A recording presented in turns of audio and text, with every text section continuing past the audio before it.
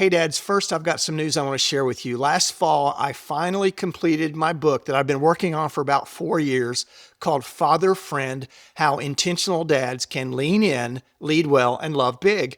And it's going to be published this year. Morgan James Publishing is the publisher. We are working on the book art. We're finalizing the manuscript right now, and it should be out this fall.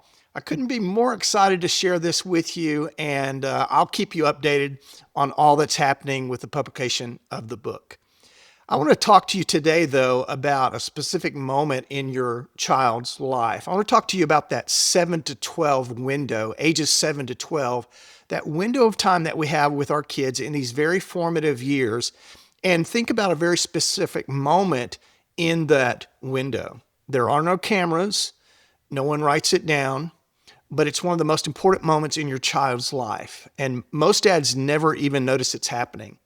It's the moment a 7-year-old looks around a classroom or a soccer field or a lunch table full of kids and asks a question they can't quite put into words yet. The question goes something like this: am I good enough? Do I have what it takes? Do I belong here? That question doesn't wait for the teenage years. It starts right there around age 7. And between 7 and 12, your child is answering it. Constantly, they're collecting evidence. They're watching how they measure up. And here's what I want every dad listening to understand today. You are one of the most powerful voices in that process. It cannot be overstated. It is so important. And most dads have no idea how important their role is. We talk a lot about the teenage years, and rightly so. Adolescence is complicated. It's intense. And if you have a teenager right now, you know exactly what I mean. But here's what I've come to believe. The teenage years are largely a harvest. What your kids bring into 13, 14, 15, the confidence or the insecurity, the resilience or the fragility, the sense of identity or the desperate search for one, most of that was planted in the years before, in the 7 to 12 window. And most dads don't realize it until it's behind them.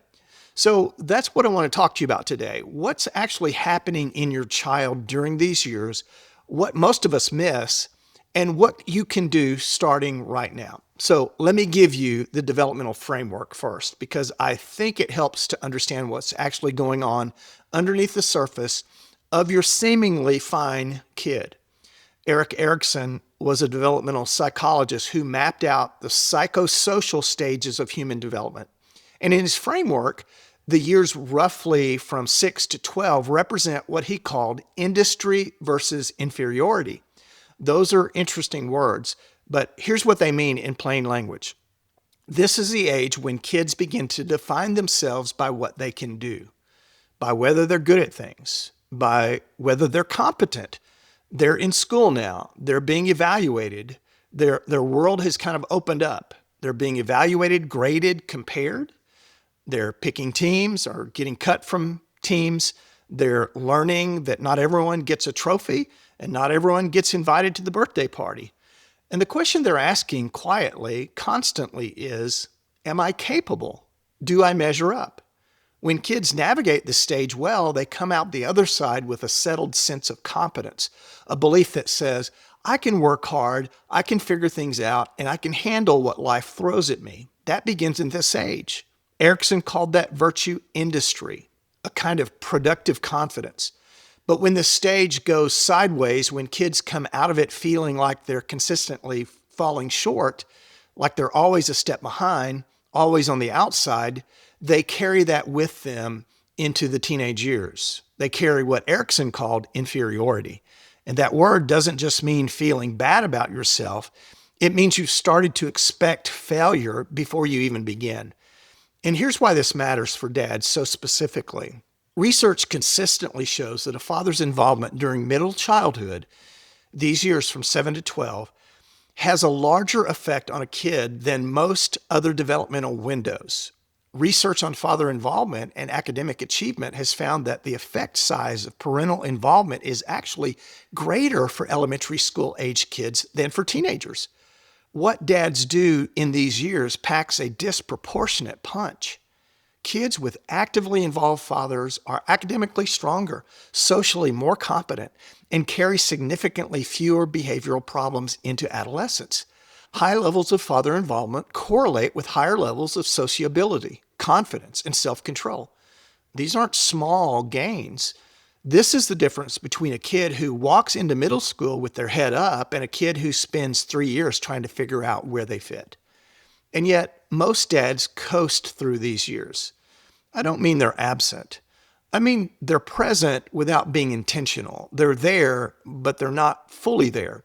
And here's what I think happens. The early years are intense.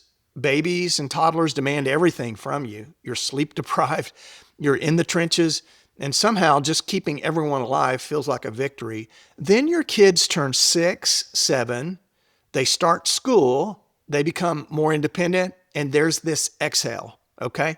We've made it through the hard part, and so dads shift into a kind of maintenance mode. The kid seems fine. They're doing homework, they're going to soccer practice, they've got friends, things look okay on the surface, they can entertain themselves. But here's what's happening underneath. Your child is in one of the most important confidence-building stretches of their entire development. And most dads are in maintenance mode right through it. Research has shown something that I think is really important. A dad's involvement with his children tends to peak during these middle childhood years and then decline as kids move into adolescence and peer influence increases. We know that's true, which means the years when dads are naturally most engaged overlap almost exactly with the years when the most important developmental work is happening. That's not a coincidence. That's design. But here's what dads typically miss. We mistake activity for engagement. We show up to games, which is great. We drive carpool, which matters. We're in the house, but we're not having the conversations. We're not asking the questions that tell a child we actually see them. We're not paying attention to what lights them up and what shuts them down. I think about the dads I've talked to over the years, and the story I hear over and over is some version of this. I was there. I just didn't know what to say. I thought providing for them and showing up to their stuff was enough. I didn't realize they needed something from me that I wasn't giving.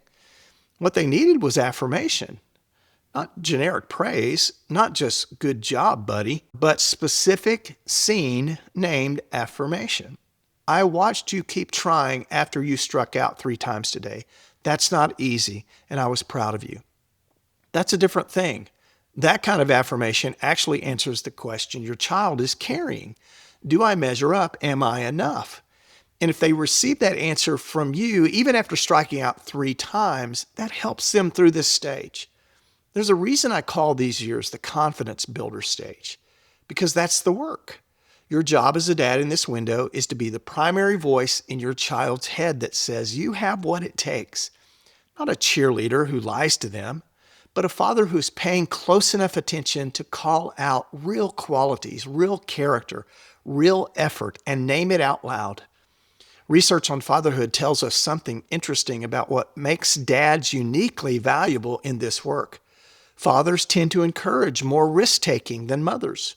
We push our kids toward the edge of their comfort zone in ways that, when done well, build resilience. We're more likely to let kids try hard things, fail, and try again without rushing in to rescue them.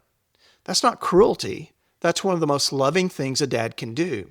Because when your son strikes out and you say, get back in that box, and he does, he learns something about himself. He learns he's the kind of person who gets back in the box.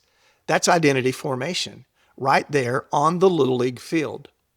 But the risk-taking only builds confidence when it's paired with connection. We've got to understand that. When the challenge comes inside a relationship where the child knows beyond any doubt that dad is there for them, not for their performance, not for their grades or their stats, for them. That combination, challenge and connection, is where real confidence is formed. Let me be practical. Because if you're a dad with a kid between 7 and 12 right now, I don't want you to just feel convicted. I want you to walk away from this episode knowing what to do. So here's what to do. First, get curious. This sounds simple, but I mean something specific by it. Most dads are correction oriented with their kids.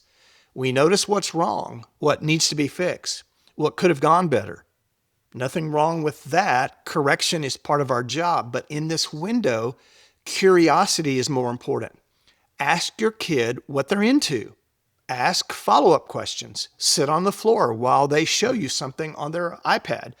Go outside and just watch them for a few minutes without coaching. You'll learn things about your child that will change how you see them. Second, create one-on-one time. Regular, consistent, just you and them time. One parent with one child, one dad with one child. It doesn't have to be elaborate. It doesn't have to cost money. A weekly breakfast, a Saturday morning errand where it's just the two of you, a walk. What matters is that there's protected space where your child has your full attention and they know it. Kids in this stage are forming their sense of identity, and that formation happens in relationship. Your relationship. Be in it with them. So be curious, spend one-on-one time with them, and then third, learn to give specific affirmation. This is actually a skill, and like most skills, it gets better with practice. The formula is simple. Say what you saw, say what it tells you about them, say why it matters to you. Like this. I watched you include that kid who was standing by himself at practice today. You didn't have to do that. That tells me you've got a generous heart, and I'm grateful you're my son. 20 seconds. And your child will carry that for 20 years. Fourth, talk about failure differently. One of the most powerful things a dad can do in these years is refuse to let failure become identity. When your kid bombs a test or gets cut from a team or messes something up, your response in that moment is forming how they think about hard things for the rest of their life. Don't minimize it, but don't lecture. Sit with them. Let them be disappointed. And then, when the moment is right, say something like this. This is hard, and you're going to figure out what to do next. That's who you are. You're not lying to them. You're telling them the truth about who they can be. You're speaking into their future self. And then fifth, and I think this one gets overlooked, let them see your faith in action. I'm not just talking about going to church, though that matters.